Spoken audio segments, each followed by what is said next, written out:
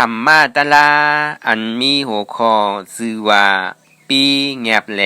ปรมาสข้อไว้มือเลิน8ปัทมาใหม่15คำปีพุทธศาสนา2-5ปาก64ว่าปีคริสต์วันเสาร์ตี4เดือนจุนดายปี220ข้อไว้ตีวัดอนัตตวิปัสสนากรรมฐานกาดกู่เวงต้นที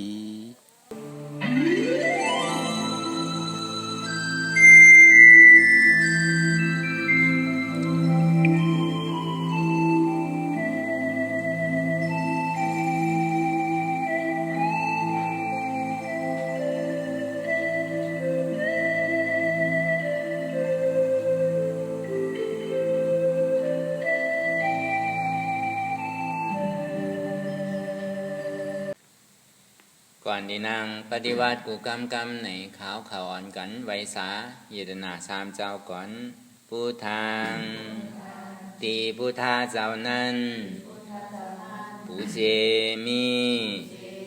เฮาคาไว้ขาอ๋อธรรมังตีธรรมนาตาเจ้านั้นผู้เจมีเฮาคาไว้ขาอ๋อสังฆังติอาริยาแปดเจ้านั้นผู้เจมีเฮาคาไว้ขาอ๋อต่อสื่อการให้เฮาดีไรดูคันธาเปิงดีพระราตราสังขาขวัญผู้ทางกาดีคันธาหาเปิงที่แงบในดูต้านเจ้าออกธรรมังกาตีคันธาหาเปิงที่แงบในดูต้านเจ้าออกสังฆังกาตีคันธาหาเปิงที่แงบในดูต้านเจ้าออกต่อสื่อการให้เฮาดีไรกันต่ออาริยะเจ้าเขากูเจ้าก่อนไหนนบลงที่ปืนยากว่าจอมอาริยะเจ้ากูเจ้าค่ะในยามมือไหลก็ดีอันข้าวหูเสแลตั้งกามลงสามเปิงไหลวนพิษไหลลาดพิษไหลเฮ็ดพิษมาเจอนั้นเขียนต่อปวดปล่อยวางคว้างปันข้าวเขาอย่าให้เป็นอันตรายลงอันเฮตามากโผนิปานนั้นสกรรมติคานอสาธุสาธุสาธุ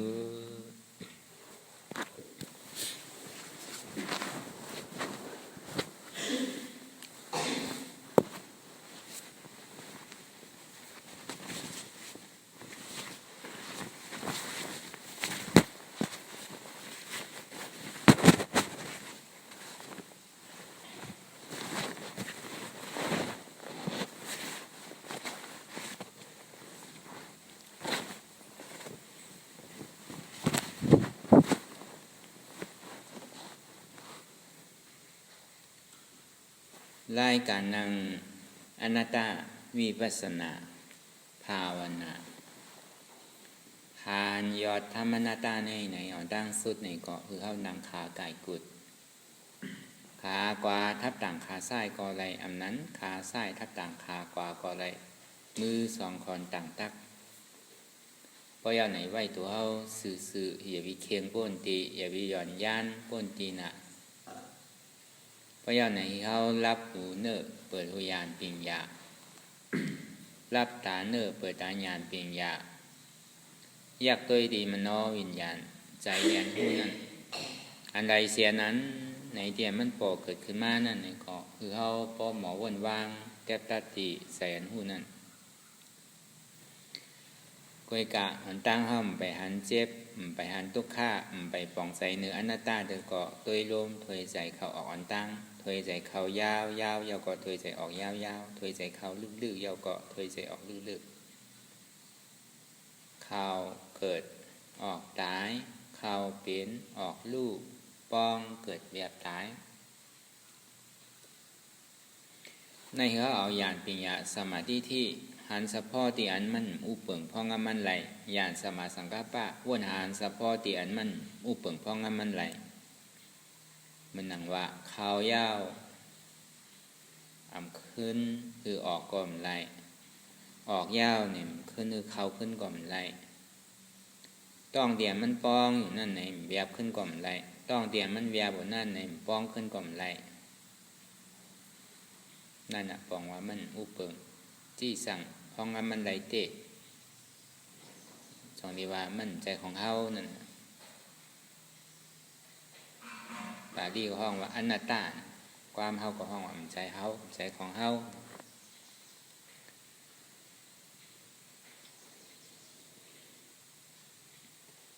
ก็บอกว่าเมื่อข้าวยาม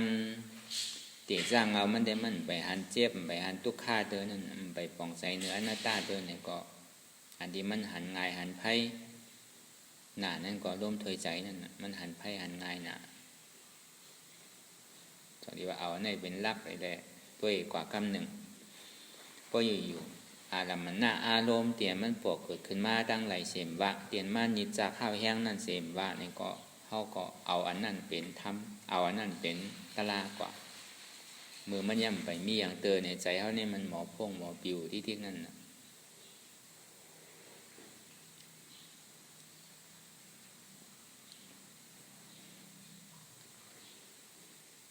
จองนี้ว่าหนึ่งขิงหนึ่งข้าวหนึ่งวันหนึ่งยามเนี่ยก็ป่วนกว่ายาวเขาป่วนกว่าแทงยามหนึ่งยาวยามหนึ่งป่วนกว่าวันหนึ่งยาววันหนึ่งป่วนกว่าวงหนึ่งยาววงหนึ่งป่วนกว่าเดือนหนึ่งยาวเดือนหนึ่งป่วนกว่าปีหนึ่งยาวปีหนึ่งป่วนกว่าเนี่ยคันถาชิโหต่อไปตีไหนมันเกินกว่าหาตั้งตายอยู่กูมือกูวันไปขิงข้าวยามมันเหมือนหนังเนี่ยเหมือนหนังก้นต่อพาวต่อกว่าที่ติ๊กอะไหมมันก็จำดีสุดอะปดสุดเมื่อไหร่ก็กว่าเมื่อนั้นอะมันเหมือนหนังก้นต่อหูต่อพาวอายุใส่ใจเขาเนี่ยจำพังจำมองมันมากกูมือกูวันตอนที่ว่าวันอะมันป่วนอย่างกว่ามันก็ป่วนกว่าที่ติ๊ก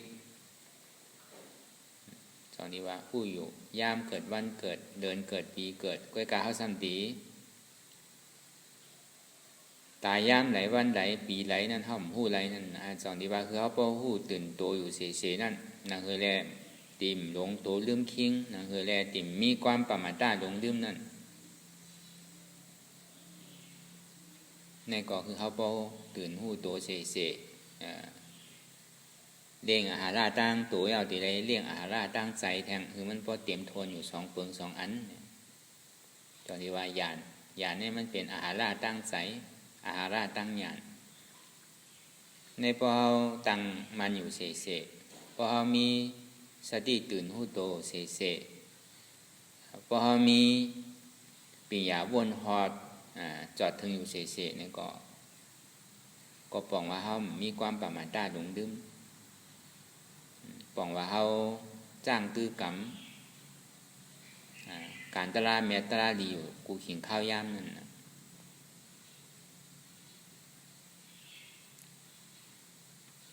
ก็การอันดีให้ถือเขามีตังจ้างกรรมดีให้ถือเขามีตังหยินแง่ดีให้ถือเขามีตังฉันทะการพอใจการติใครใครมันก็มีนั่นน่ะการใครมันมี2 เปิงนั่นน่ะใครในรอกี่ก็เป็นเปิงหนึ่งใครในรอกุตละนั่นก็เป็นเปิงหนึ่งอันใครในรอกี่นั่นเนี่ยมันใครเป็นของมันใครอุบเปิงมดเสียงในห้องว่าใครของลอกี่อันใครของลอกุตละเนี่ยซ้ำเหมือนหนังนั้นซ้ำที่ได้ปล่อยเชียงติ่มได้เอาอย่างสีเมียวลอกี่เนี่ยซ้ำที่ได้หันมีนำด่านคือก็ดีด่านนั่นห้องว่าอาจารย์ขุนเนี่ยมีหือแหละ อาจารย์ขุนขุนเมืองเนี่ยอาจารย์ขุนเมืองในที่บุญคำพระเป็นเจ้าพ่อไว้ในพุทธวาจานั้นในสุตตันตานั้นอาจารย์ขุนเมืองในหนึ่งพอมีอำนาจแล้วในใครมีเงินมีคำเพราะว่ามีเงินมีคำเอาในห้ำใครมีปีญญาตั้งหู้เพราะว่ามีปีญญาตั้งหู้เย้าในซ้ำใครมีตับซึกน้ำจู้ตุ้มหมากกองหมากนาด้วยน้ำนั่นคือเลยมันตีเหลือป่วนเปิ้นนั่นคือเลยมันตีมีนำเลยเปิ้นนั่นตีได้จู้ซึกน้ำมันใจในตับซึกตัวใจเจ้าเก่าก็ในหนังคือแลแผ่นดินเมืองเนี่ยมันดีใหญ่กว้างตีตัวต้อนหรืออันเก่าแทงในแต่ก็คาดใจให้ถือมันไหลอยู่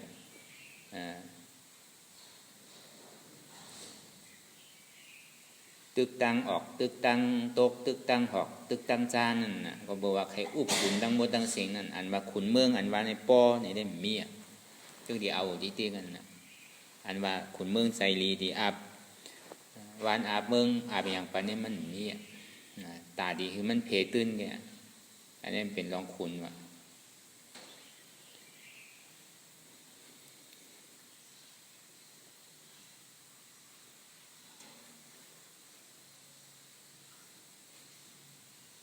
ก็ในก็ใครเป็นใหญ่ในกุลจุมปูติเบศ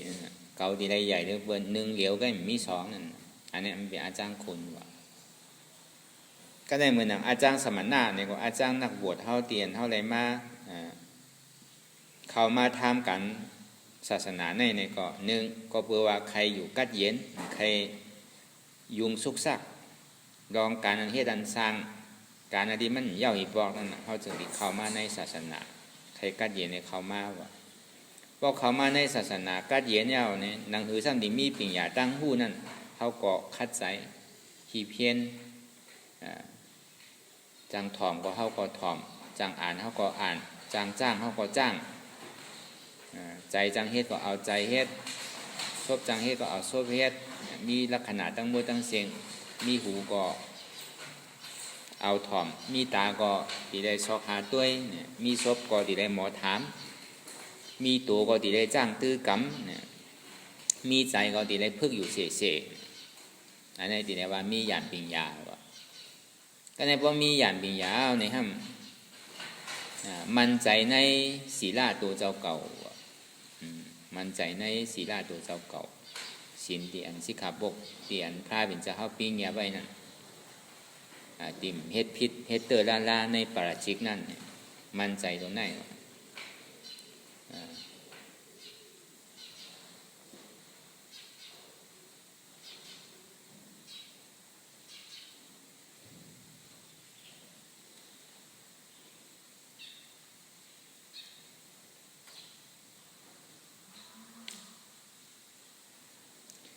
เยาก็ตีสุด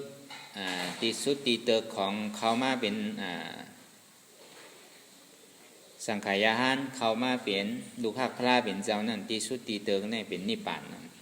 เนี่ยมันก็ทำว่าเป็นในผงไหลก้นไหลก็มันก็มีอย่างนั้นมดเสียงคนดังเก่าเขามาก็มันก็ตึงติดได้มีตั้งยังอ่านอยู่กูก็กูก้นกล้วยกะตั้งยังอ่านก้นได้เหมือนกัน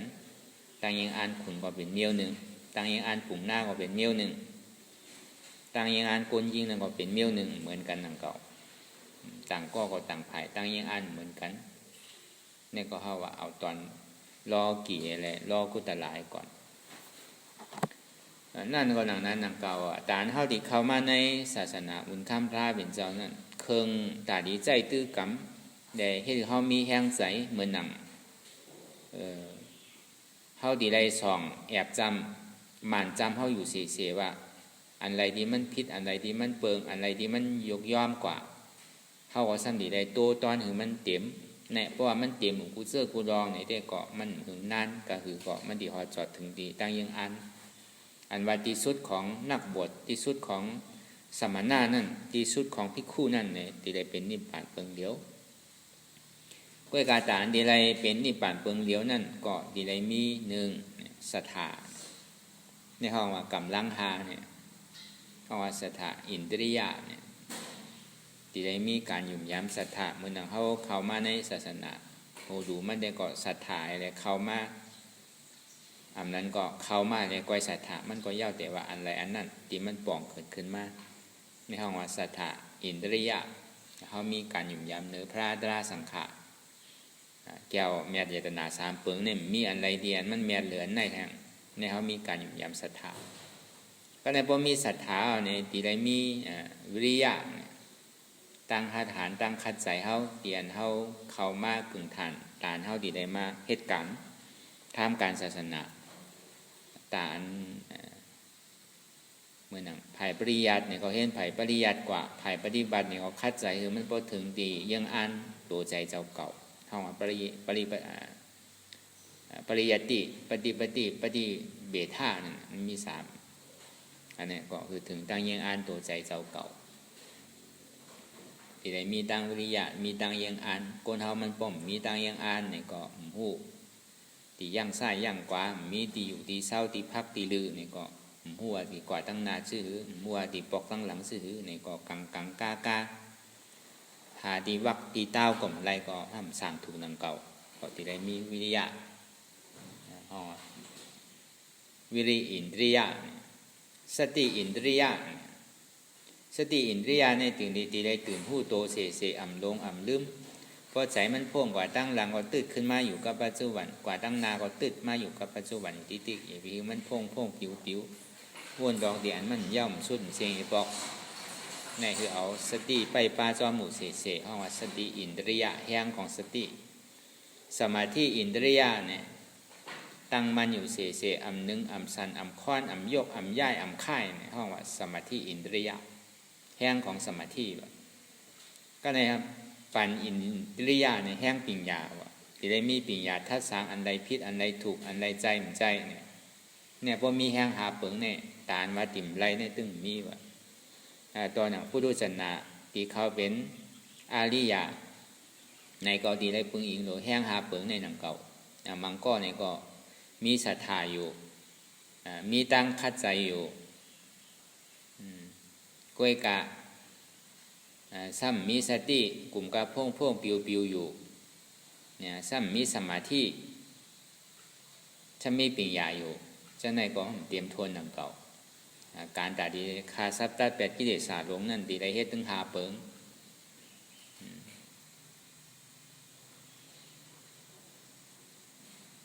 จนที่ว่ามันขาดอันใดอันนึงก็ห้ามไรหนังเก่าเพื่อกะไอ้เยี่ยมหนึ่งลองมันเต้ก่อนตีได้เอาปั่นอินทรีย์เนี่ยเป็นก้อนน้ำนานั่นก็เป็นหนังเก่าตีได้เอาปั่นอินทรีย์ปิญญาน้ำนาเย่าก็ตีได้เอาตั้งวิริยะอินทรีย์สติอินทรีย์สมาธิอินทรีย์ในอันนี้มันเป็นกวนก็บอกว่าในสมาธิเนี่ยมันป้าโดยวิริยะเลยสติสมาธิมันเป็นอันเดียวกันศรัทธาเนี่ยมันป้ากับกายโดยเจตนาศรัทธาที่การหยุ่มย้ำเกิดดีเพราะเขามีศรัทธาเพราะเขาก็เข้ามาอะไรหนังเก่าก็บอกมีศรัทธาหยุ่มย้ำเนื้อเจตนาสามป้าเนี่ยจึงเข้ามาทำการศาสนาเนี่ยตอนที่ว่าเป็นศรัทธาหยุ่มย้ำในพระตราสังขะหยุ่มย้ำว่าเมืองผีมีเมืองนาลายมีเฮ็ดหลีไรหลีเฮ็ดให้ไรให้เมืองนี่ป่านั้นว่านั้นมีเตะศรัทธาเนี่ยพอดีคือว่ามันแจบเพกออกมันกว้างขวางนะแต่ก็เพราะว่าตีเป็นผลมันได้เต้เนี่ยก็บอกว่าอัตตาที่ที่เนี่ยมันดีขาดอ่อนตั้งเพราะอัตตาที่ที่ขาดแล้วก็วิจิกิจฉาเนี่ยขาดศรัทธาเนี่ยก็เกิดเพราะว่าศรัทธาวิสุทธิศรัทธามันดีวิสุทธิไรนั่นเนี่ยเพราะเมื่อไรมาโผล่มันออกนั่นมันวิสุทธิไรเตอศีลาก็มันหนังงานหนังเก่าศีลามันยังตื้อเป็นศีลาประตูประดานศีลาอัตุศีลาปลอมศีลาแก๊กอยู่ศีลาหลุดย้อนเอาคอที่อยู่มันจะเป็นศีลาอันจืนใสตอนนี้ว่าเมื่อยังตื้อเป็นผู้ดูศาสนาเนี่ยมันยังตื้อเป็นเพราะเป็นตาหน้าก็ยังตื้อเป็นตาหน้าประตูประดานอยู่ตาหน้ายังใครมีใครเป็นอยู่เพราะเป็นศีลาเนี่ยก็เป็นศีลาประตูประดานอยู่แต่ว่าเป็นศีลาวิสุทธิเด้อย่าก็ปิญญาวิสุทธิมันเป็นปิญญาที่อันดอดแล้วเตอมันเป็นปิญญายังใครเต็กเตียงแงนบนอยู่ที่ยังเป็นปิญญาดีว่าชื่อไหนเปิ่นเป้งเก๋าจะดีว่าเปิ่นปิญญาเปิ่นเป้งเก๋าพอปิญญาเปิ่นเป้งเก๋า ก็ซ้ำใครเปี้ยงเก่าก็ในปิ่งยาเก่าป่วนเปิ้นก็ซ้ำใครเต็กเตียงเปิ้นก็ในป้อปิ่งยาเก่าย้อมเปิ้นเนี่ยก็ซ้ำควายเปิ้นเนี่ยอันนี้มันยังมีอันนั้นอยู่มีปิ่งยาเปิ้นเปี้ยงเก่าเก่าเปี้ยงเปิ้นเปิ้นเนื้อเก่าเก่าเนื้อเปิ้นเปิ้นย้อมเก่าเก่าย้อมเปิ้นเนี่ยเป็นที่ไหนอยู่มันยังเป็นปิ่งยาประตูประตานมันจะเป็นปิ่งยาวิสุทธิเด้อพอเมื่อไหร่มากตัดอัตตาที่ขาดไปยาวเนี่ยมันจะเป็นตาหน้าวิสุทธิสีลาวิสุทธิปิญญาวิสุทธิมันเกิดขึ้นเหมือนนางตัวแตกมันไปหังเนี่ยเหมือนนางวิสาขาเขาเหมือนนางอนาถาปิ่นเขาเหมือนนางคุณอคัมปิ่นพิสาราเขาใช่ไหมเนี่ยเป็นวิสุทธิเสียงเป็นตาหน้าวิสุทธิตาหน้าวิสุทธิเนี่ยเป็นตาหน้าดีดูยากกว่าปล่อยยึดติดมักมันว่าเกาดูเกาตันใครผลดีกุศลมันโดเอลก็ว่าผลกุศลใหม่มันเกิดแล้วกุศลซอดาปันอริยานี่มันเกิดแล้วมันโดเอากุศลลองเอาจางเงินคำเนี่ยมันดีกับจามป่วยกุศลอันที่มันไหลเฮ็ดไว้กุศลอริยานั่นมันสิ่งที่ห้องเป็นตาหน้าวิสุทธิตาหน้าที่อันจืนปลอดมดใสตาหน้ามันมีโดยอัตตาดูเย้าก็เย้าดูมีปิญญาดูนั่นในห้องตาหน้าวิสุทธิก็ในศีลวิสุทธิอำโลกาขอกับย้อนดีไหลศีล5ศีล8ศีล10ศีลปากปลาย8ศีล2ปาก27ศีล3ปากปลายอำโลกาย้อนดีไหลมันถึงเป็นออโตเมติกมันถึงเป็นออโตเมติกของมันน่ะมันโลกาย้อนดีไหลจนในห้องว่าศีลวิสุทธิก็ในปิญญาวิสุทธิอันว่าตั้งหันพิษวนพิษหันว่ามันเป็นตัวเก่าใจเก่านี่มันมีกบฏอัตตาที่มันตกพุทธขาดไปยาวจนที่ห้องว่าเป็นปิญญาวิสุทธิเนี่ยจนที่ว่าอันวิสุทธิได้อันวิสุทธิเนี่ยมันเปิงกันเสื่อมไหนจนที่ว่าแห้งหาเปิงหาป้านั่นเขาก็ซ้ำขึ้นทัดสังเอาแอบจำแอบแวนนั่น2ตัวดีๆว่าอันใดที่เขายกย่อมกว่าศรัทธายกย่อม5วิริยะยกย่อม5สติยกย่อม5สมาธิยกย่อมอันนั้นก็ปิญญายกย่อมนี่ก็เขาก็อันไหนมันย่อมก็เขาก็แถมมันนั่นคือมันแห้งขึ้นอันไหนมันป่วนก็โดยชอบของนั่นน่ะมองบอกศรัทธาป่นตีซ้ำจ้างตื้มกำเหมือนเมื่อปานพระเป็นเจ้าก็มีหรอกศรัทธาพระเป็นเจ้าหักพระเป็นเจ้ากลุ่มกายยากตัวอยู่การตลาก็พ่อมเฮ็ดนั่นพระเป็นเจ้าก็ด่าใส่นั่นเมื่อกลุ่มกายมาตัวเนาตัวตู่ลงที่นั่นมันดีตัวดีไรปูนพรตัวเมื่อมันดีมีอย่างพรดีด่าตัวเมื่อกลุ่มกายไม่ยากตัวเก่าอยู่เมื่อไม่ยากตัวตุ่มขีโลนั่นแหละหลาท่ามันกว่าเมื่อไปอยู่ที่จ้องนี่ไหนเอาใจเรียกใส่น้อยดีกับแวนโต๊ะเคยตายนั่นดื้อมาว่าซื้อเป็นอย่างกองผู้ก็กระถึงขิงข้าวย่ามปรามีมันเตรียมทวนมาพระเป็นเจ้าจังที่ท่าหลานั่นก็ในปอมเบอร์มันตึกดีแวนโต๊ะเคยลอยตายนั่นพระเป็นเจ้าจังที่เปี้ยวุ้นพระเป็นเจ้าเนี่ยกะพ่อเป็นมันนั่นมันเป็นตุ่มเคียดังเด็กที่โคต่อไปตีนั้นว่านั่นมันมีอันของดีไหลวนฮอตลาแบบมันต่อถึงมันพอเป็นจะหันตานั่นก่อนนั้นนังเก่าศรัทธาเปิงเดียวก็พ่อมีต่างเสื้อต่างรองก่อมไรตีได้เปิงอิงเดียวกันตีได้มีตั้งวิริยะตั้งคัดใจตีได้มีสติสมาธิปัญญาห้องว่าอินตริยะหาเปิงนั่นเพราะว่ามีในเอาในตอนนั้นอริยะเจ้าเขาก็ยังตีได้ใจอยู่ในหาเปิงในตอยังไปสุดโจรับขันธาอะไรมดนั่นรับภาวะอะไรเสียงนั่นก็ติดได้เปิงอิงอยู่ในอินทรีหาในหนังเก่าอินทริยาหาเปิงในหนังเก่าเพราะขันแต่อันหนึ่งกว่านี่ก็ห้ามไรตอนหนังหาเปิงในเนี่ยก็ตอนหนังขึ้นกับเป็นเจ้าอนาคามเขาที่อยู่ในเมืองอาการนิฐานนั่นสุตาสาสุตาสีฉะนั้นสุตาสาสุตาสีแล้วก็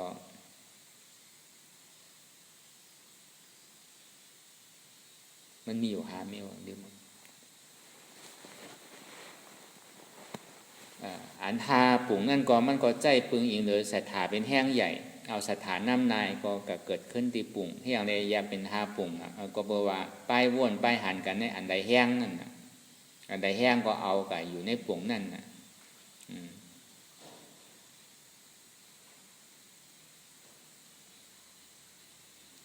เมื่อเอาศรัทธาแห้งเนี่ยก็อยู่ปุ่งที่หนึ่งนั่นไอ อายุซ้ำมีหมอกะหือเนี่ยมันก็นับครับตามกันกว่าตัวถึง5ปุ่งพวกศรัทธาแห้งเนี่ยก็อยู่ทั้งปุ่งไตคนหนึ่งพอเอาสติ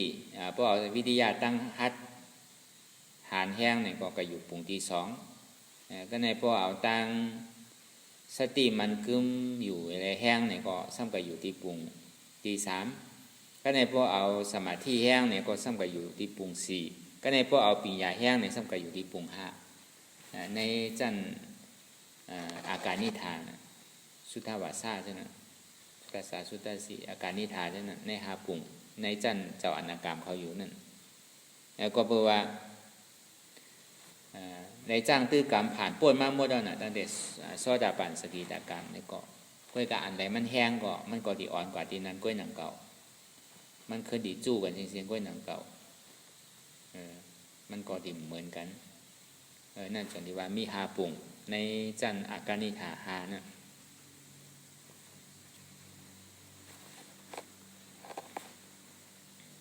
ก็สำดีได้ปึงอีกอันในก้อยหนังเก่าในอินทรีหาพระราหาอันว่านั่นอินทริยาหาพระราหาในห้องผลหาผลนี่มันเป็นอโจมันไหลมันก็จะได้เปียผลอโจเนี่ยมันเข้ามาในโพธิปัญญา37ปิดถ้ำอริยะเจ้าวินเขานิพพานเนี่ยเป็นเคิงตื้อตาดีเป็นอริยะตาดีเป็นอริยะในที่ได้เอาในใจตื้อกรรมกว่าในเขาก็ซ้ำขึ้น2ด้วยก็ไรอยู่นั่นก็อันใดเขาแห้งปวดปิญญาแห้งจ่องมันเพ่งเพียงกันสติเขาจึงเขาตู้ขึ้นตื่นโตเสในหาเปิงหาอันในสมาธิในจ่องเขาสั่นคว้านอยู่เสพอมีศรัทธาเปิงเกิงในก็เรียกว่าศรัทธาดีวิริยะตั้งหาฐานเขาย่อมในก็เรียกว่าวิริยะเขาดีจนดีว่าพวกคือดีได้กลางๆนั่นเคียงป้นย่านป้นนั่นคือมันมันศรัทธาเขาก็อย่าไปคือมันตกจนดีว่าศรัทธานี่เตรียมทนเตรียมเต้ๆก็อย่าไปคือมันตกก็ในวิริยะตั้งหาฐานเขานั่นก็คือมันพอเตรียมทนเหมือนเขาเอาเงินกับเฮ็ดตั้งกาตั้งขายก็ห้อมแม่ก็อย่าไปคือซุ่มตื้นนั่นนะในห้องว่าวิริยะเตรียมทนกันในสติจ่องเขาตื่นหู้โตเสจ่องมันวนตึกวนเดือกว่าจ่องมันกัดย่อมสุดเสปอกจ่องเขาตัดมันใดหรือจ่องมันตื่นหู้โตเสหรือเพราะว่ามันตื่นหู้โตเสก็ปองว่าสติเขาเนี่ยมันกึมอยู่ก็ในถ้าสมาธิสมาธิเนี่ยห้องว่าสมาธิอินทรียะเนี่ยจ่องเขาตั้งมันจ่องเขาใกล้เฮ็ดเสจ่องเขาเฮ็ดมันอยู่หือไล่จ้างตื้อกรรมไล่นางไล่สังเข้าเนี่ยจ่องเข้าสั่นค่อนจ่องเข้าตังรักเหมือนหนังกวนเข้าติตังเสาเฮิรนั่นหือสั่นค่อนค่ายย่ายจ่องมันเป็นหนังเฮิรเพราะมันเป็นหนังนั้นเนี่ยก็ปองว่าสมาธิเข้าในก็เปิงก็ในปิญญาอินทรียะจ่องเข้าหันเข้าวนอยู่เสอันใดมันผิดอันใดมันถูกอันใดมันเป็นอัตตาอันใดมันเป็นอนัตตาอันใดมันเป็นมิจฉาทิฏฐิอันใดมันเป็นมิจฉาสังกัปปะอันใดมันซ้ำเป็นสมาธิที่อันใดซ้ำเป็นสมาสังกัปปะจองเขาวนได้อยู่เสียหรือพอวนได้เสียก็ปองว่าปิญญาอินทรียะเขาในอินทรีหะอินทรียะหาเปิงนี่มันเต็มทนพอมันเต็มทนเอาเดี๋ยวก็หลงมุงบ้องนี่ป่ามันว่ามันต้องตีฮอดวันหนึ่งก็วันหนึ่งอาเปสิผมมีอันว่าได้มันโดกให้เมื่อย้อนก็มันเมื่อเอามันดิปิกแปดห้างก้อยมันถึงดิ่มในมือเกิดทางเอาพอเขาเฮ็ดพึกเส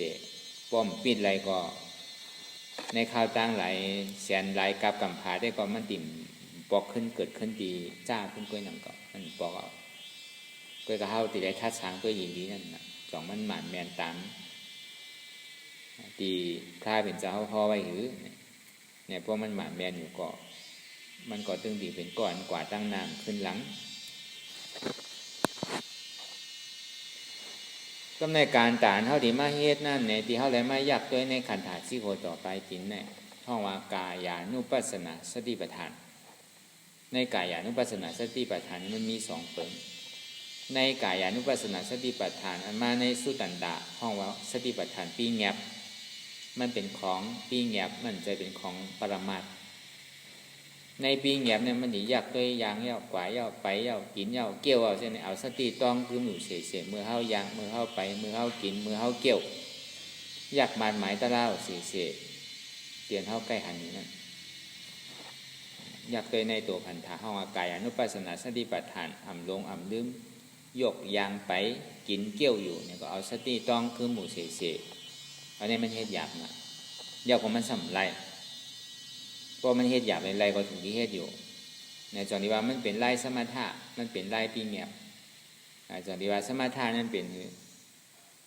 เฮ็ดหยาบไรหยาบเป็นหยาบไรเอาไรค่ายง่ายอันนี้เป็นไรสมถะ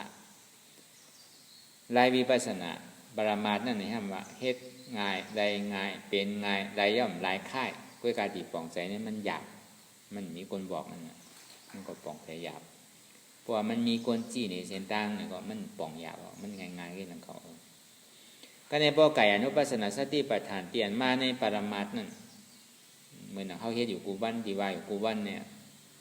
ในกายอนุปัสสนาสติปัฏฐานอยากตัวตั้งแต่จิโกต่อไปดินเนี่ยอันมันเจ็บแกนต้มตอดเน็ดซานสั่นไหวโคมไต่นิ้มห้อนไม้กัดหนาวนักเว้าอ่อนแข็งจู้ตุ้มจับยายจิ้มหยอดเป็นดูใช่ไหมมันปกเกิดขึ้นบ้าดีตัวเนี่ยทิ้งซิมดีๆอย่าพี่มันมีโหเก่าขาเก่ามือเก่าโตเก่ามันมีโหเก่าขาเก่ามือเก่าโตเก่าไม่เป็นสะพ้อยกทัดยินนำลมไพ่เตี่ยมันสืบเป็นสืบรูดแดกลายไข่ติ๊กในห้องอากายอนุปัสสนาสติปัฏฐานอยากตัวในกายตนโตหันสะพ้อเตี่ยมันเจ็บแกนต้องตอดเนซานสั่นไว้โคมไต่จะไหนเป็นทุกข้า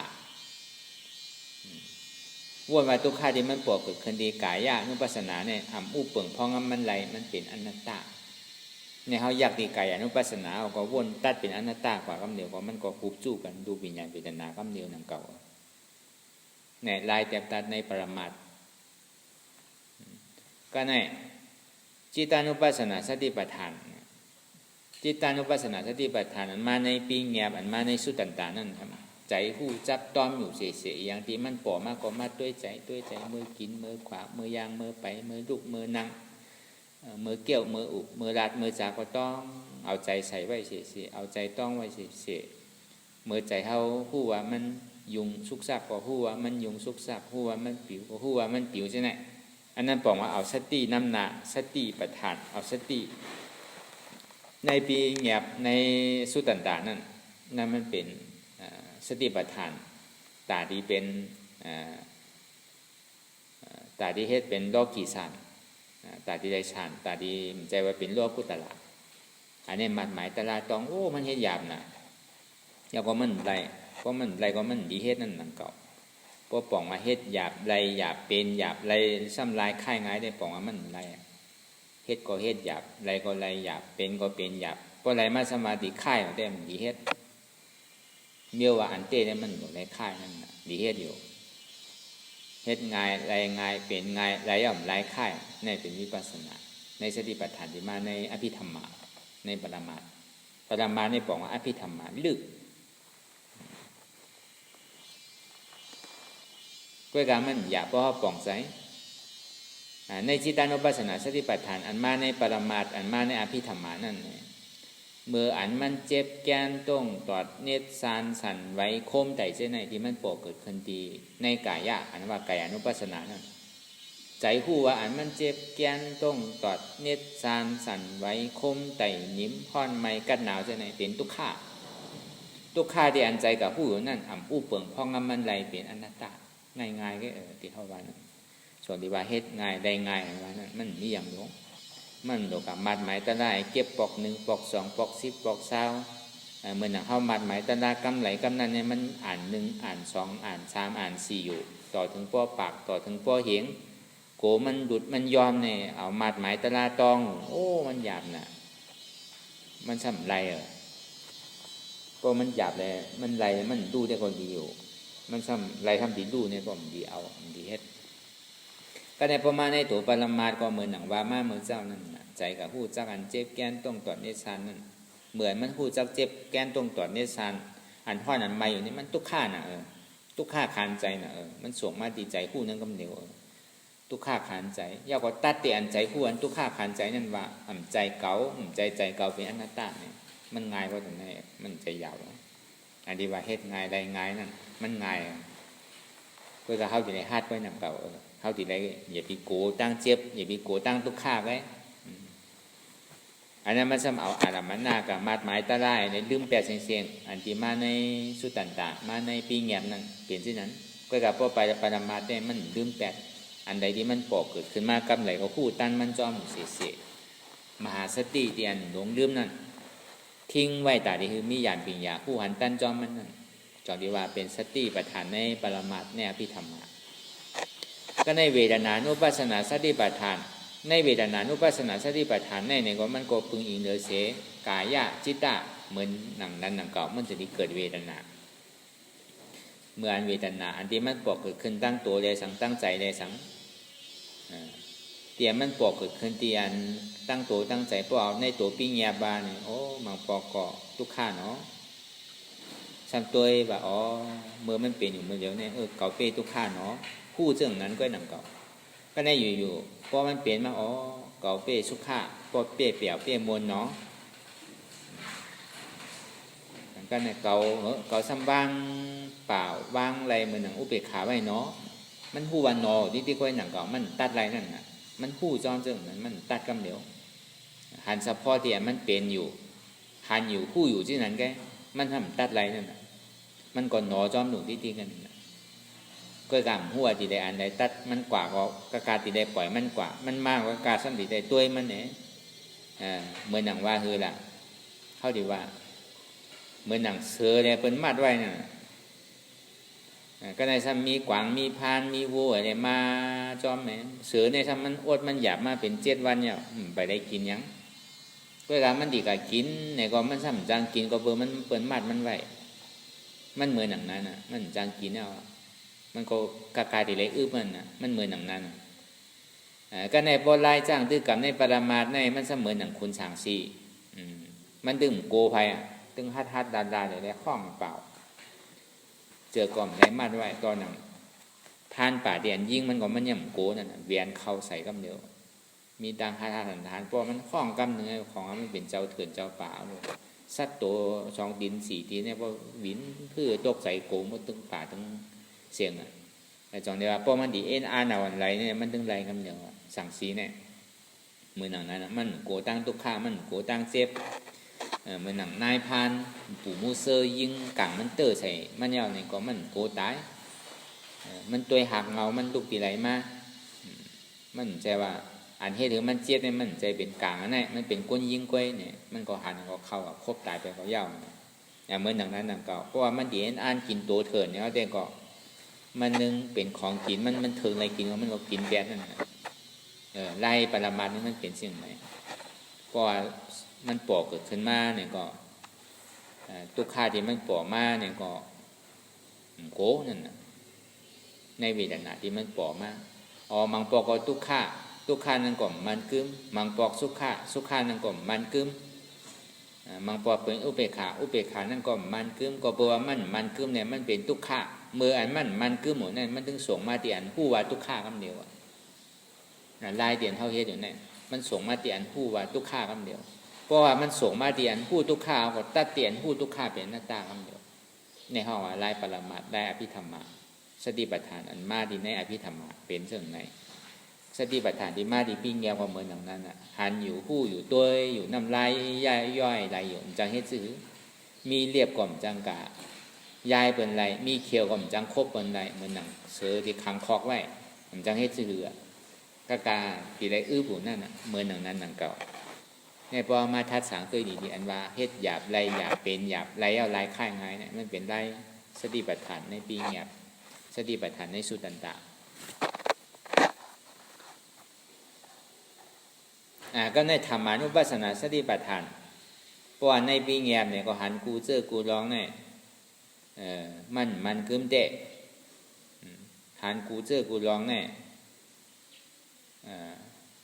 ก็ซ้ำมีตุกข้าวหนังเก่าหันกูเจอกูลองมันเป็นอนัตตามันสัมปึงอิงเลอกันแน่ๆมันไว้น้ำหนักอนัตตานั่นน่ะพอดีว่าซื้อมันเนี่ยมันเป็นอนิจจามันกึมหุบจู่สติปัฏฐาน4เปิงก่อนนะครับว่ามันกึม ก็ในพวกมันคือมาเนี่ยก็เปิดมันคือเนี่ยมันเป็นทุกข่าก็เปิดเป็นทุกข่าเนี่ยมันอุปเปิงอะไรเป็นอนัตตาก็การไล่ไปมันสังเกตถือละอย่าไปขาตัวขาใจป้วนตีเคียงป้วนกอมดีย่านป้วนกอมดินว่าเช่นนั้นเพราะว่ามันนางมันเจ็บหนาก็เปะอดหยับตัวอย่างพระเป็นเจ้าก็สั่งสอนอยู่อย่าไปเคียงป้วนดุปันนี่แหละมันติกัดตั้นหันทุกข่าอย่างนั้นละเพราะมันดุปันเนี่ยมันเปิงเสื่องไหนมันเปิงอย่างนั้นมันเหมือนอย่างมีตังเยือนอดกันเหมือนอย่างสังสีเหมือนอย่างเสือดียาขังคอกไว้มันเหมือนอย่างนั้นมันติกะหันตาลาเตะมันติกะหันตั้งตุกขานว่าเนี่ยมันตั้นจิ้มหีอีเดาตอนนั้นตัวที่มันก่อเกิดขึ้นมาเจ็บเนี่ยมันเป็นตุกขามันป้อมตั้นหานั่นนะป้อมือมันตีตุกขาผ่านใจมากเนี่ยเขาป้อค่ายไว้นั่นนะอันนี้มันติกะหันเนี่ยเขาทำเอากรรมตีปัญญาวาสอนมาเอากำพรามาว่าเคียงอย่าไปเคียงอย่าไปหย่อนย่านป้วนมันเหมือนกันนะตีว่ามาเมื่อเจ้านั่นอันเคียงอันป้วนพระเป็นเจ้าในเป็นหิวอันนั้นมันก็จังเฮ็ดผิดเปิงกว่าพอมาในจิตานั่นหนังนั้นหนังเก่าใจก็อย่าไปกัดต้วยป้วนดีป้วนตั้งน่ะเพราะมันทุกข์ข้าขานใจก็หาเตียนมันบางปอกพวกเขานั่งอยู่มันทุกข์ข้าน่ะมันทิ้งใจมันได้ก็ลูกปันมันนี่แหละจะดีว่ามันก็ในพอลูกไปมันจุกอยู่มันก้นก็ยางไปมันนี่แหละก็ในพอยางก็ยางมาเลยมันก้นก็นอนไปมันนี่แหละอันนี้เอาใจว่านะในสติปัฏฐานในอันสุตตันตะในปีเงียบตีกำนำที่เป็นเหตุนั่นเป็นเรื่องนั้นนะมันติกัดตั้นหันใจทุกขานว่าเนี่ยมันติกัดตั้นหันมาเลยมันก็มาหาเนาะนะก็ในพอเวทนาที่มันเปียงมันแดกลายค่ายนั่นมังปอกอทุกข้ามังปอกอสุข้ามังปอกอเป็นอุเบกขาก็ซ้ำกับจ้อมันนี่อ๋อทุกขายาวทุกขายาวทุกขายาวจะดีว่ามันอ๋อสุขายาวสุขายาวสุขายาวทุกขาก็พูดว่าอ๋อทุกขาเนาะทุกขาเนาะเพราะว่าสุขาปอมาเนี่ยก็พูดว่าอ๋อสุขาเปี่ยวเสื้อหนาเนาะก็เนี่ยอุเบกขามาอ๋อเปียดีอิ่มดีเวอร์เป็นอุเบกขาเนาะเนี่ยมันนอที่ได้แค่น่ะมันตัดนั่นน่ะเนี่ยมันเพราะว่ามันจอมกระแสในห้องว่ามันไหลลองจอมน้ำหูจักลอกลายแต่ที่ตัดนั้นหูแต่ที่ว่างพามันไหลก็ในพอมาในธรรมะนุปัสสนาสติปัฏฐานอ๋อตีเต้ก็มันก็มันคึมไอ้ที่ว่ามันคึมให้มันจะว่าเยื่อนตัวใจเจ็บในเวทนาอะไรเยื่อนในหันมันพอลูกกว่าต่อหน้าต่อตาโน่อันนี้จานว่านี่มันเป็นอย่างนั้นนะอันที่ว่ามันคึมเหมือนมันเจ็บห้าวแห้งมากกว่าหนึ่งปันในค่ายปันในใหญ่โตใหญ่ใจใหญ่เจ็บแปรแต่ก็มันก็ตีมันคึมสื่อมันก็มันคึมนะพอมันเปลี่ยนที่นั้นมานี่มันถ้าเป็นทุกข้าก็เพราะมันทุกข้าก็มันเยื่ออะไรมันส่วนสิ่งที่เป็นทุกข้านั่นนะมันก็ว่าเป็นทุกข้าเนาะก็ในพอทุกข้ามันอยู่มันทุกข้าเพราะมันค่ายใหญ่ไปว่ามันเปี่ยวน่ะทุกข้านั้นก็ลูกก็อ๋อมันเป็นอนัตตาในปีแงบอะไรในปรมาณกันมันเปิงกันนะในปีแงบเนี่ยก็หันอยู่ว่าอนิจจาทุกขาอนัตตามันหันเฉพาะที่นั้นก็หนังเก่ามันจะหันเขาลึกๆนั่นนะมันเปิงกันเรื่องนั้นนะมันเหมือนหนังเสือเดไปมุงมองตัวเถื่อนแต่ดีกินอยู่ไอ้ซ้ำย่ำมาเจอไอ้ขังคอกไว้เมื่อมันป๋อมาตีไกลๆก็อ๋อเป็นอนิจจาเกิดขึ้นไม่อ่ะก่อยๆยางก่อยๆยางก่อยๆยางไม่อยู่จำอ่ะใครกินก่อมไรกินมีเรียบก่อมจังกะย้ายมีเขียวก่อมจังกะครบได้ว่าเสือก็มันเป็นเสือเป็นหลายก็หนังเก่าหันอยู่ทุกข้าซึ่งนั้นจังให้ถือจังตาดีอย่างไรอยู่มันโป้นกว่าก็เป็นอนัตตาน่ะเสือตัวนั้นหันก็หันเยอะหันโวหันใกล้หันกวางหันพังเป็นอนัตตาหนังเก่าเกิดขึ้นเป็นอนิจจตั้งอยู่สองน้ำจังกินเป็นทุกข้าเดี่ยวพอหายก็เป็นอนัตตาแปดมันเป็นอนัตตาเนาะเนี่ยเป็นธรรมานุปัสสนายังตื้อเป็นนอที่ดิ้งนั่นนะก็ในเพราะในตัวปรามาสเต้มันเป็นเรื่องนั้นในธรรมานุปัสสนาสติปัฏฐานนะก็บอกว่ากูเจอกูลองห้องทำมีคือหันตัวใจเจ็บในโยกขันธาในกายจิตะเวทนานั่นมันกึมปึงอิงอะไรก็ไม่ไรปึงอิงตัวก็เกิดดีไรปึงอิงใจก็เกิดดีไรปึงอิงเจ็บนั่นก็ปึงอิงเวทนานั่นก็มันกึมทุกข้าปอมาเนี่ยก็มันกึมหนังเก่าสุขาปอมาเนี่ยก็ซ้ำจมมันกึมหนังเก่าอุเบกขาปอมาเนี่ยก็ขั้น ตัวอะไรว่างแต่เป็นอนัตตาที่มาดีใจผู้ที่ก็เพราะว่ามันส่งมาดีใจผู้เสียงอ่ะรูปวิญญาณเวทนาพอเหมือนผู้ว่าทุกข้าเนี่ยมันดีส่งมาดีใจเสียงยาวกว่าตัดที่อันใจผู้ทุกข้านั้นวางเป็นอนัตตาคำเดียวจอที่หันผู้หันแจงแรงดีว่ามันเป็นธรรมานุปัสสนาสติปัฏฐานเตียนเป็นตัวปรมัตถะเตียนเท่าตุ้มเตอร์หันไรดีๆนั่นน่ะหันไรดีๆคู่ไรดีๆนะจอที่ห้องมันเป็นธรรมานุปัสสนาสติปัฏฐานในปรมัตถ์ในอภิธรรมะในอภิธรรมะในที่ได้จ้างตื้อกรรมเต้ๆจังที่หันเหมือนเท่าเฮ็ดอยู่เหมือนเดียวป้อมจ้างตื้อกรรมเต้ๆเอาใจว่าได้ไรบอกมันก็เป็นปิ้งแยวดีๆอ่ะมันให้เธอเปิดไรอัตตาตัวนั้นอนัตตามันลึกหนาในสมัยอนัตตานี่มันลึกอ่ะเขาเข้าว่าหาตัวอนัตตาคำเดียวมันเป็นหรือเนี่ยคู่คำเดียวแผ่นดินเมืองนาว240,000 โยชนาเนี่ยก็ข้ามป้วนก็หันถึงอนัตตาหนึ่งก็แผ่นดินเมืองไข่นาคือก็หันอยู่น้ำไข่ใหญ่คือก็หันอยู่ไผ่ไข่ลูกต่างคือก็หันอยู่รวมไข่ห้าวแห้งต่างคือก็หันอยู่ในถาดหินน้ำรวมไผ่เนี่ยมันมีอนัตตาเสียงๆก็หันหมดก็เพราะว่ามีป้ายหันโกน้ำโกไผ่โกแผ่นดินเมืองไข่นาต่างคือก็ตึ้งโกตาดีซอกหาเสียงลีนั่นตึ้งโกตึ้งฮัดทานเนี่ยแหละคุดกว่าดีๆอ่ะน้ำไข่ใหญ่ก็คือก็ฮัดลุยเข้ากว่าต่อถึงโปเตอร์กำเก่ามือกวาดบนบาไว้คุดน้ำมือถึงทรายนั่นนอนหงายคือหันต้องผ้านั่นเหมือนอย่างนั้นรวมมันไข่แห้งต่างคือก็ตึ้งฮัดทานในผ่ากว่านั่นคือมันติดกับหางเงารวมตัวนั้นนี่แหละตีได้กับหู้จักมันนั่นไพ่มันไข่ลูกกันก็คือลูกแบบโกตาดีกับหาเสียงลีนั่นตาดีกับหาเสียงดีตลาดเดียนหมอเกิดตายทั้งนั้นเป็นตลาดเสียจานั่นเป็นตลาดอมตะนั่นตึ้งโกนั่นเนี่ยไม่เป็นไล่คนสั่งสี่ตึ้งโกน้ำโกดินโกไพ่โกลมสั่งเขากว่าจู้มันดีๆอ่ะปลายจ้างเขาจู้ง่าดีๆนั่นอันใดมันเป็นเหตุทางเราจองมันเตะพอมันปอมากกว่าตัดเปลี่ยนเงามันกำเดียวอันที่มันคู่นั่นกำเดียวอันคู่นั่นน่ะมันเป็นตัวเงามันเพราะเหตุที่ในห้องเป็นปรมัตถ์ในปรมัตถ์ในธรรมานุปัสสนาสติปัฏฐานนั้นบอกว่าธรรมมีหันเหนี่ยวตัวใจเจ็บเป็นทุกขามีอยู่หันเหนี่ยวห้องว่ากายะจิตตะเวทนาเป็นทุกขาเลยมันกึมเนี่ยมันเป็นทุกขาปอมาดีโตก็มันกึมจึงนี้ว่าโตนั่นก็เป็นทุกขา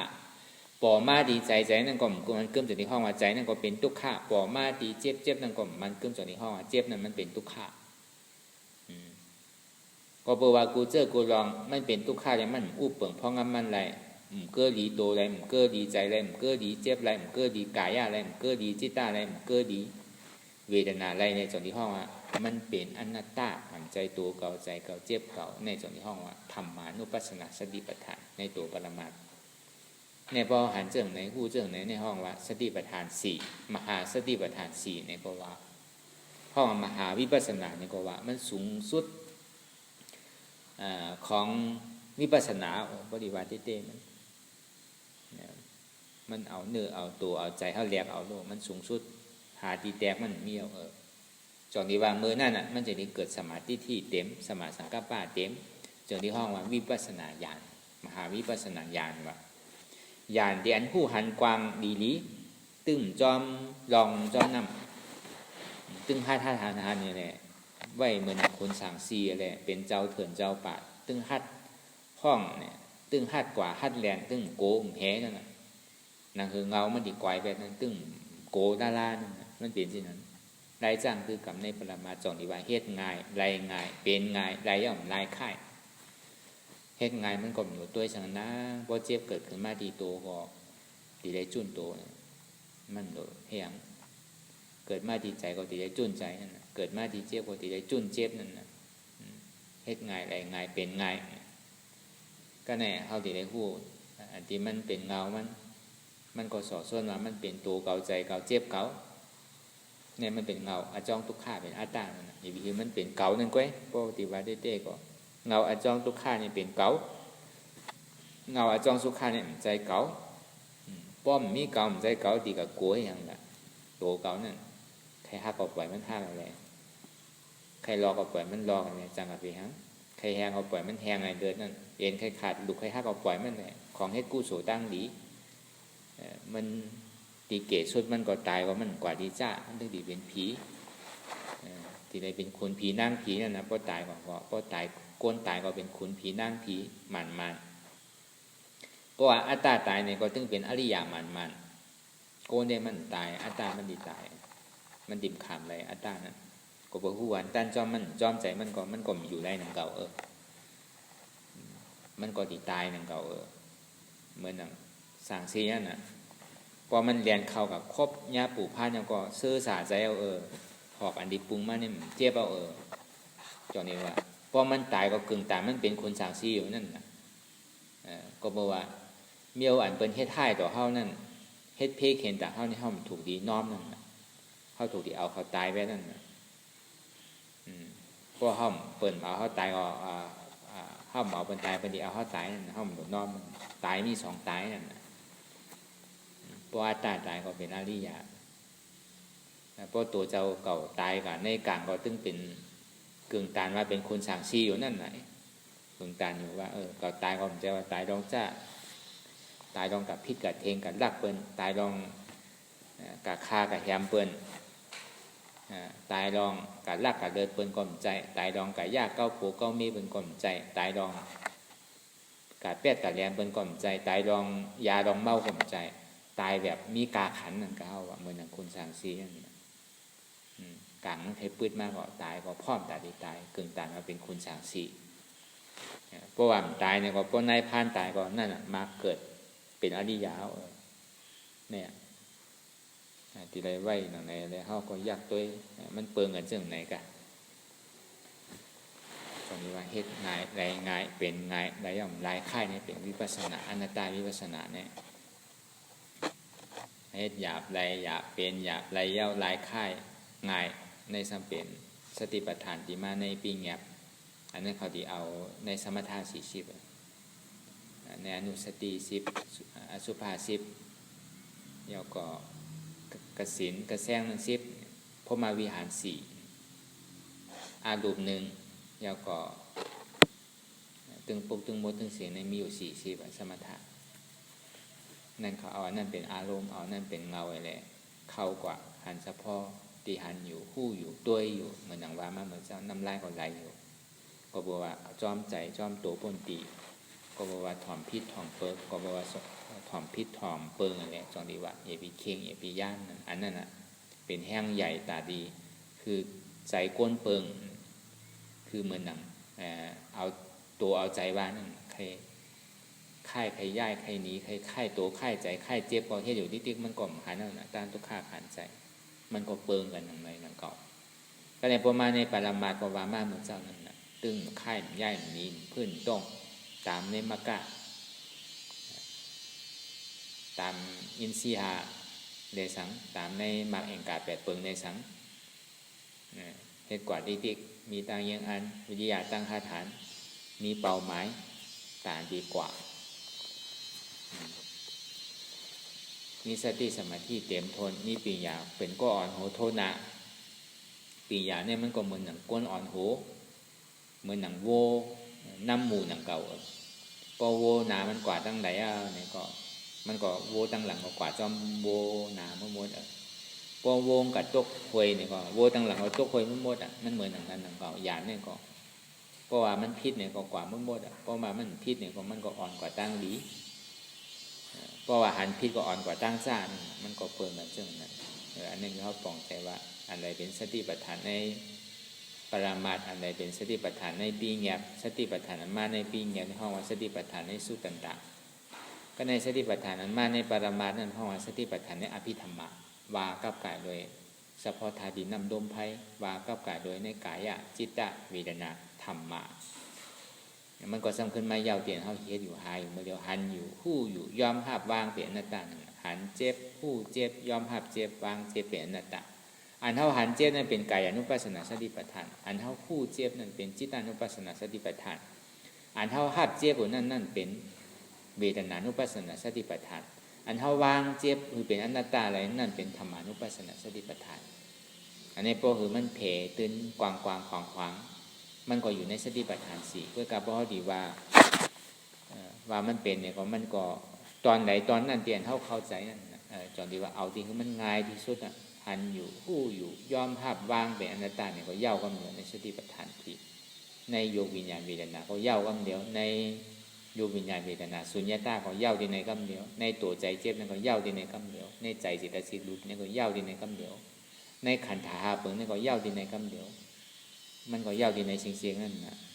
แต่กล้วยกรรมมันตีเจ็บเพก็เป็นอันใดเป็นสติปัฏฐานนะตอนสติปัฏฐานนะตอนขันธ์หาเนี่ยก็มันก็เย่าแต่ว่าเฮาดีป่องอันไหนกล้วยกรรมมันก็มาเขาล็อกไล่เดียวกันกล้วยหนังเก่าตึงมัวตึงเสียงในเกาะเพราะมันเป็นเช่นนั้นเนี่ยเฮาก็ที่ว่ามันติได้จอมสติปัฏฐาน4อันนั้นน่ะมันติใกล้ๆเดี๋ยวยินอยู่ติได้เฮ็ดที่นั่นติได้เฮ็ดที่ไหนเนี่ยติได้กายยะมันนั่นกองมูหลงติได้คาทานตึง4หน้าขึ้นหน้าไหนก็ไล่มันก็ตีได้ปึงอีกกันเชี่ยวๆหนังเก่ามันตีว่าขึ้นหน้าไหนก็ไล่เนี่ยได้เพราะมันปึงโตก็มันปึงใจก็มันไล่ปึงใจก็มันปึงเจี๊ยบก็มันไล่ปึงเจี๊ยบก็ช่ำปึงต่างเบี้ยวก็มันไล่มันก็ปึงอีกเกิดดีกันเชี่ยวๆนั่นนะมันขาดกันไล่หนังเก่าเหมือนเขามีกาเนี่ยก็ตีได้มีน้ำมันอ่ะพอมีน้ำมันตีได้มีก้นหอพอมีก้นหอตีได้มีตังคู่แต่ดีกว่าหอกว่านั่นนะมันก็เหมือนอย่างนั้นหนังเก่าในตัวในใจในเวทนาเขานั้นในตัวเขาก็เหมือนกาเวทนาเขาก็เหมือนน้ำมันตัวเขานั่นก็เหมือนอย่างก้นหอมัน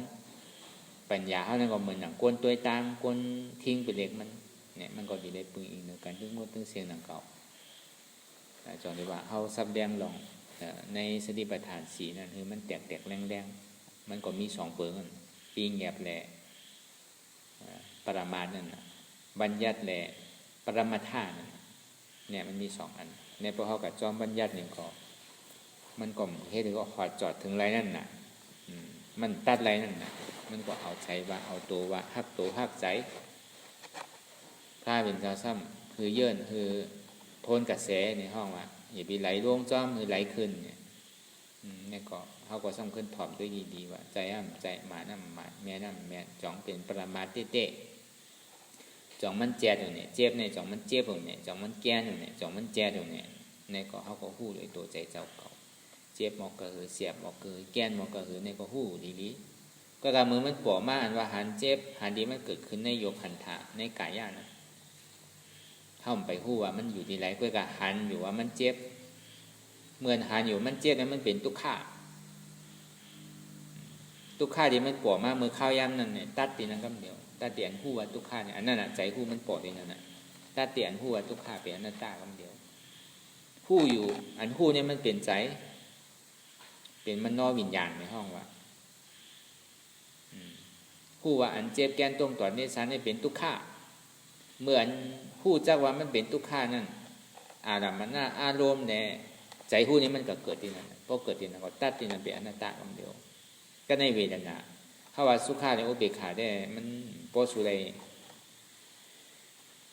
มันเย็นสีไว้นั่นน่ะมันปึงอีกไรเต้ๆน่ะที่ได้ปึงอีกทุกข์นั่นน่ะเพราะว่าเจ็บปวดเกิดขึ้นมาฮับอยู่ดีๆในโลกโลกาทั้งหมดทั้งสิ้นนี่อาจมีเก่าไว้เจ็บก็เหลียวเนี่ยทุกข์นี่มีเก่าไว้เยอะเพิ่นเจ็บเหมือนเก่าเนี่ยเมื่อนั้นน่ะมันหันเจ็บมันดีๆก็ในมือมันหันเจ็บมันอยู่ดีๆนั่นอ่านหานอยู่นั่นมันซ้ำสวงมาที่ฮู้สวงมาฮู้ว่ามันเป็นทุกข์เมื่อมันสวงมาที่เป็นนั้นฮู้ทุกข์นั้นยาวก็เอาอนัตตาตัดเตียนฮู้เป็นทุกข์คำเดียววนเป็นอนัตตาเป็นคำเดียวเนี่ยมันตัดตั้งแต่เงาก็เดียวมันโดกาเสียข้าวยามกับตัดมันเขาเดี๋ยวต้นไม้1ตัวเนี่ยเขากลุ่มกากาตีกะทางต้นมันในใบมันเย่าเห็บปอกนั่นน่ะมันสำนอขึ้นน่ะทางว่ามันตีหายสำนอขึ้นที่อัตตานอนรับหมดที่เขาจะได้ตัดนี่หักโหเงามันก็เดี๋ยวมันดิ่มเกิดมันดิ่มออกฮะตัวผู้เนี่ยมันตีเป็นเช่นนั้นเพราะมันปอกเจ็บเราก็ทุกข้ามันปอกมากเนี่ยก็ผู้หับอะไรดีว่าเขาเตะขันใจหันเจ็บผู้เจ็บยอมหับเจ็บเหมือนว่านะยอมหับทุกข้ามีปอกเกิดขึ้นหับอยู่อันหับหัวเนี่ยมันเป็นเวทนาผู้ว่ามันเป็นทุกข้าเนี่ยเป็นใจผู้ใจกับผู้ที่เวทนาก็ได้ทำมาผู้เจอผู้ร้องในดีเต้มันเป็นอนัตตาปึงอิงไรหันอยู่ผู้อยู่ยอมหับวางเป็นอนัตตาวางไรว่าอ่ำใจตัวเก่าอันนี้ว่าว่างอ่ำใจเก่าอ่ำใจเจ็บเก่ามันเป็นอนัตตาในห้องว่าเขามาดีธรรมะก็แปลว่ามันผู้หันป่องแจงแรงใจดีๆเอาว่า ปึงอิงโตก็ไม่ไรปึงอิงใจก็ไม่ไรปึงอิงเวทนาก็ไม่ไรมีอะไรที่มันเป็นตีปึงตีอิงไรสองที่ว่ามันเกิดดีปึงอิงไรมันใจของเขาเต้เพราะว่ามันใจของเขาเต้ก็มันเป็นสังละหรือเสียอนัตตาเลยมันใจของเขานั่นอันนี้ห้องว่าธรรมานุปัสสนาเอาในส่วนที่ว่าหันอยู่ผู้อยู่ยอมหับวางเปลี่ยนอนัตตาทำมีคือหันตัวใจเจ็บเป็นทุกข้ามีอยู่คือหันเพราะหันยาวก็มันก็กับผู้อยู่ได้เดี๋ยวนั่นน่ะทำมีคือหันเพราะหันอยู่ว่าตัวใจเจ็บนี่ปึงอีกในเป็นทุกข้า